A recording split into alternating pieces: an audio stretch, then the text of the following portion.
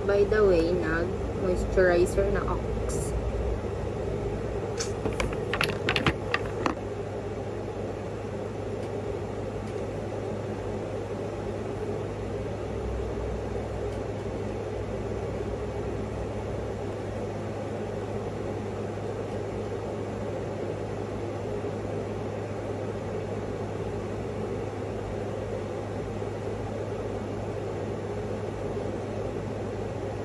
So by the way, 8 a.m. di akong class karon everyone.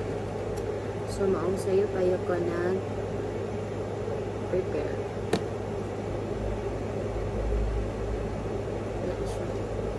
My all-time favorite nga concealer.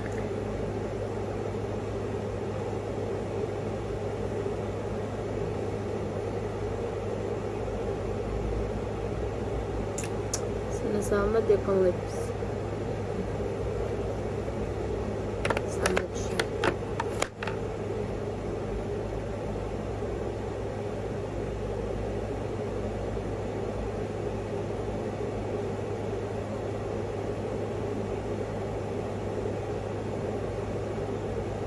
AM akong class pero chill rin siya nga klase mga jay kay art opera siya.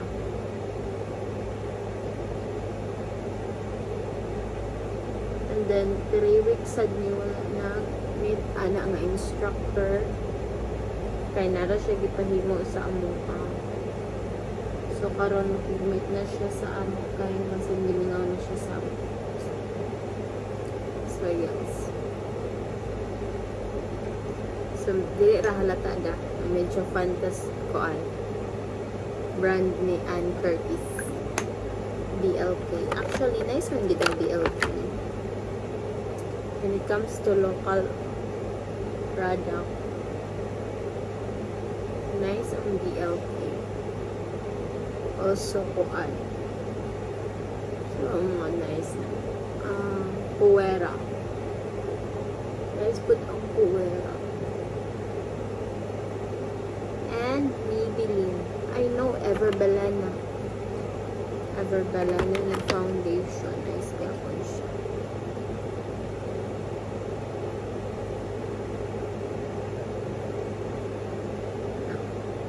So, sa'yo kaayo siya nag-makeup pero wala pa siya nag-mahaw. Love one.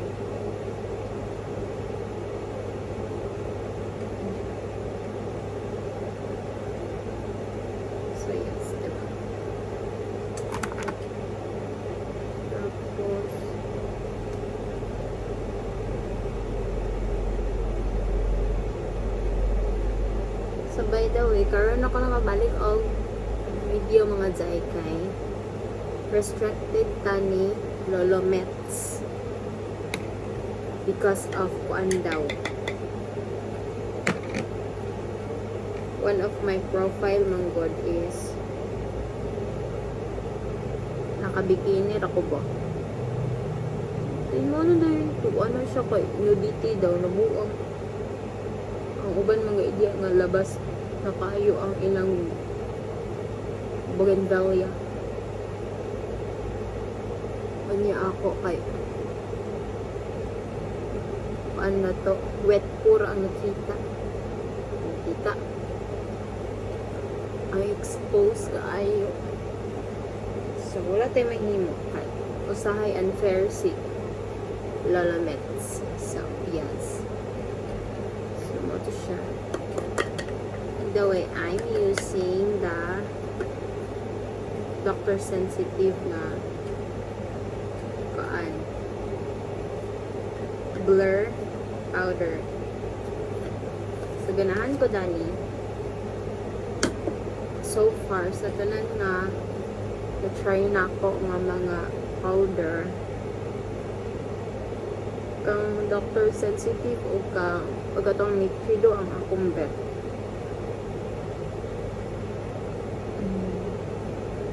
Kay dili na ako hiyang si kuan si Dazzle Me.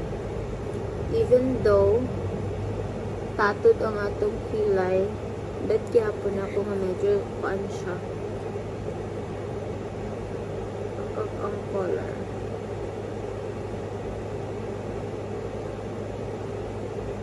By the way, magkuhan na rin siya.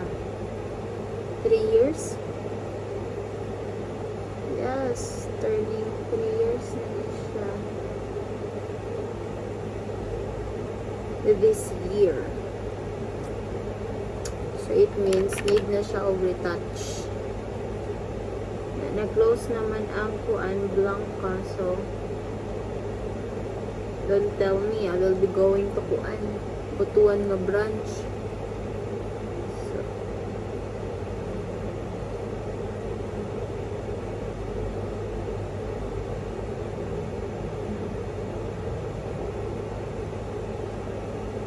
So, ano na siya?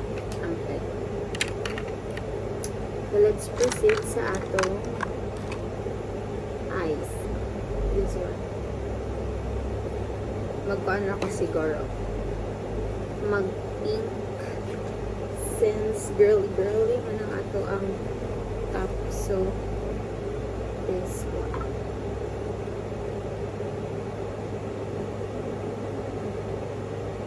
Pero akong gamiton akong paano yung side. Amazing ba?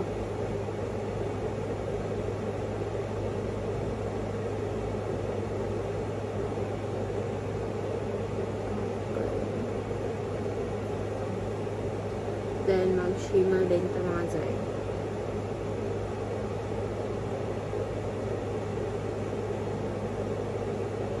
Mahalag sa iyo kaayo. Basta kay pakak ang ato ang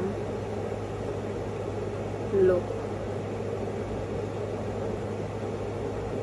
Kasi naniniwala po siya sa kasabihang ang scar na tatago pero ang beauty hindi.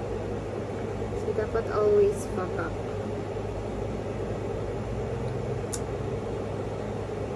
Hindi ko siya klaro. So, dadagdagan natin siya. Kasi OA tayo. OA tayo. So, yes.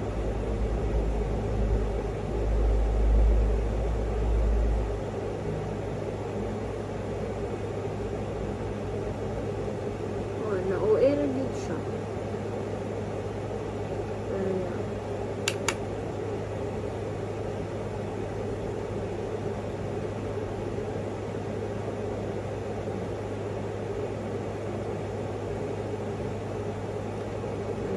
But that's okay. Yan ang gusto natin. OA.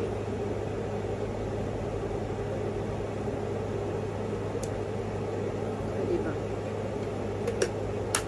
Next is our this one. Kanan gi-endorse ni Kuan Ann Curtis mo ato ang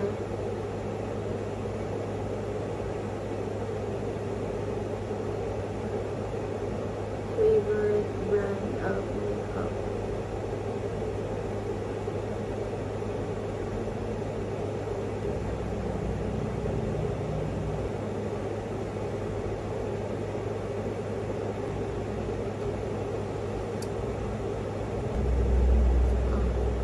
Diba? So, ganyan ang ating effect.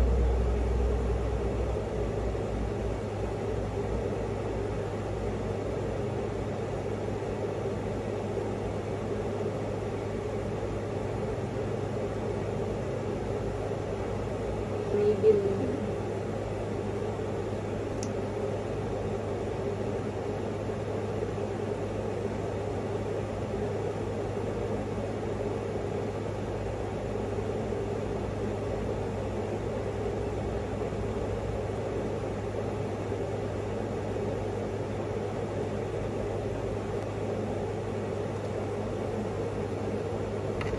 Then, let's move to our contour. Dili pa na to afford magpa-rhino plasty. So, dili tama. Diba? So, nagtiginan ako siya.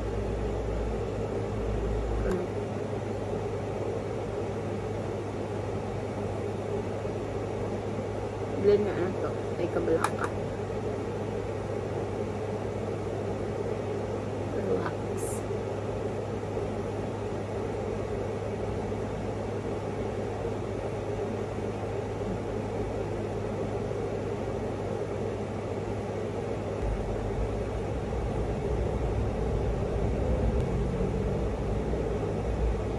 It's a good, my all-time favorite from O2O. So, grabe na may pinagdaanan na niya. Grabe na siya struggle sa life.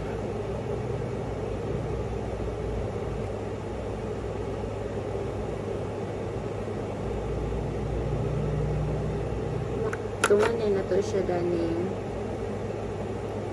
paan. Averbalana na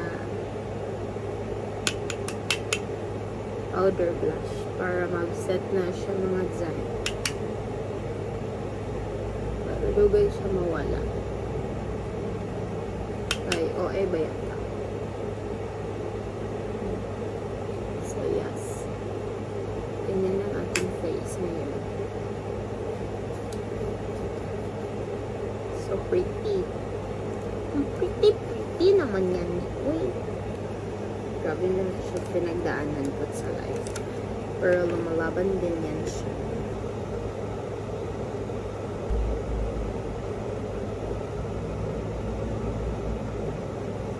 Ako ba na magpa...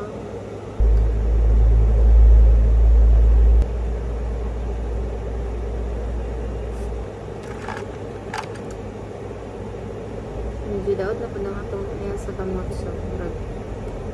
May nasagtag ko sa tumban.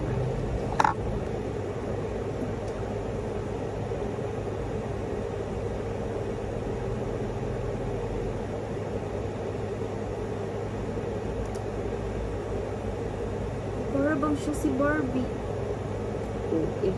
Mga natok sa road.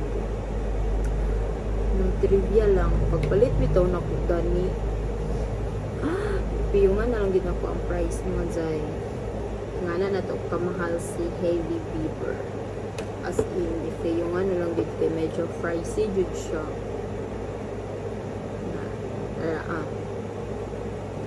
It's a good product.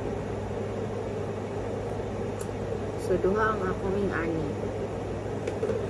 The pink one. And the paan. Gani siya mga zay.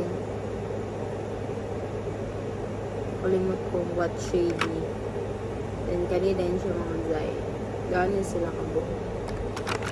Pero sometimes agad ko maging ani mag-gloss mga zay kay kabalo na kadiri sa Philippines.